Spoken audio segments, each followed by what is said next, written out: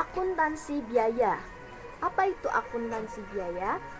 Akuntansi biaya berfungsi utama sebagai alat pengendali biaya dalam proses produksi yang dilakukan perusahaan. Kegiatan utama akuntansi biaya adalah menyediakan data biaya aktual dan biaya perencanaan untuk sebuah perusahaan. Salah satu fungsi akuntansi biaya adalah mengumpulkan dan menganalisis data mengenai biaya yang sudah dilakukan atau belum digunakan. Nah, data tersebut digunakan pimpinan perusahaan sebagai alat kontrol kegiatan serta pembuatan rencana untuk masa depan. Selanjutnya adalah akuntansi manajemen atau manajemen accounting.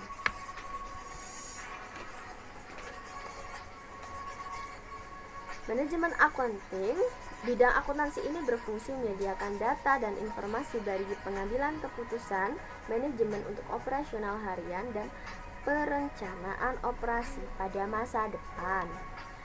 Selanjutnya ada akuntansi anggaran atau budgeting accounting.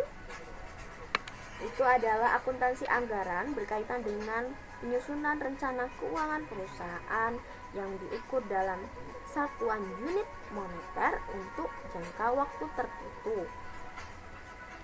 Ada lagi yang namanya akuntansi perpajakan atau tax accounting. Akuntansi perpajakan berfungsi untuk mempersiapkan data terkait kewajiban dan hak perpajakan setiap transaksi yang dilakukan perusahaan.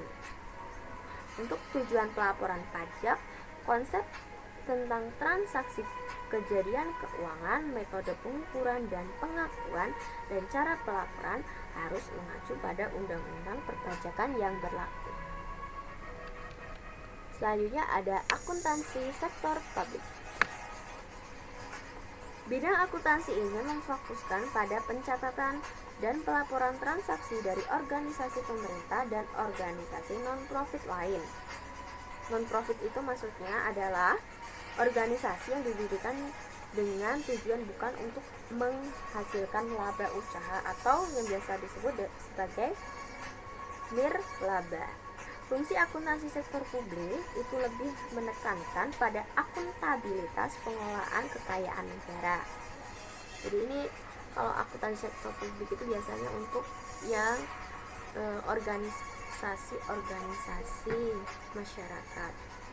Kemudian untuk sistem akuntansi atau accounting system itu adalah bidang akuntansi yang memfokuskan pada aktivitas mendesain dan mengimplementasikan prosedur serta pengamanan data keuangan perusahaan. Tujuan utamanya adalah untuk mengamankan harta yang dimiliki oleh perusahaan. Next. Profesi akuntan. Ada 4 ya. Yang pertama itu adalah akuntan internal. Ini bekerja secara internal dalam suatu perusahaan. Bekerjanya di suatu perusahaan. Kemudian akuntan publik atau eksternal. Akuntan yang independen yang menawarkan jasa akuntansi kepada pihak lain dalam memeriksa dan menilai kewajaran laporan keuangan. Jadi kalau ini itu bekerja untuk sebuah perusahaan, kalau yang ini dia menawarkan jasanya, berarti sifatnya adalah individu yang menawarkan jasanya untuk memeriksa laporan keuangan sebuah perusahaan.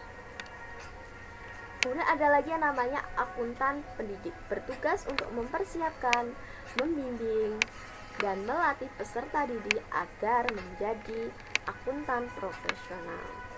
Contohnya guru ya. Kemudian ada yang namanya akuntan pemerintah, akuntan yang bekerja untuk kepentingan pemerintahan. Kita lanjutkan ke poin selanjutnya.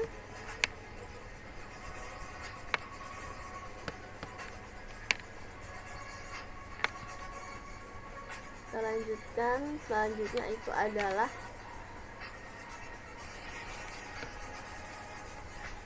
ini ya, etika profesi akuntan. Akuntan dilindungi oleh Undang-Undang Nomor 5 Tahun 2011 tentang akuntan publik.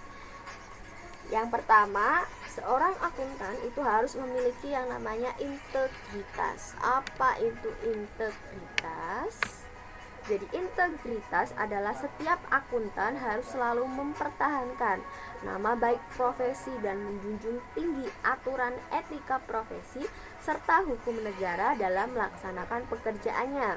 Akuntan yang memiliki integritas akan bertindak jujur dan tegas dalam melaksanakan pekerjaannya. Yang kedua adalah seorang akuntan itu harus objektivitas. Artinya apa? Artinya setiap akuntan harus mempertahankan integritas dan objektivitas dalam melaksanakan tugas. Akuntan yang memiliki objektivitas akan bertindak adil dengan mengabaikan tekanan atau permintaan pihak tertentu atau kepentingan pribadinya. Intinya kejujuran ya, objektivitas harus jujur, tidak melihat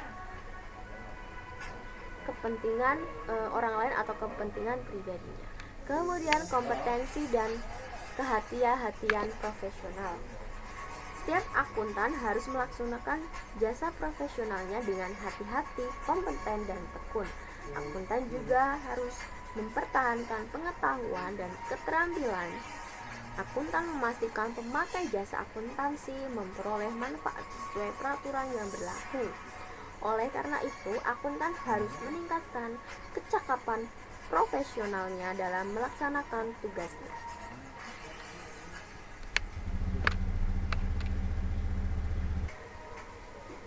Untuk yang kerahasiaan ini, setiap akuntan harus menjaga kerahasiaan informasi yang diperoleh dalam tugasnya. Akuntan juga harus dapat mempertanggungjawabkan mutu pelaksanaan tugasnya. Lalu kita ke poin yang terakhir, yaitu perilaku profesional. Ini artinya adalah setiap akuntan harus mematuhi hukum dan perundang-undangan yang berlaku. Selain itu, akuntan harus menghindari tindakan atau perilaku yang dapat membuat buruk citra profesi akuntansi.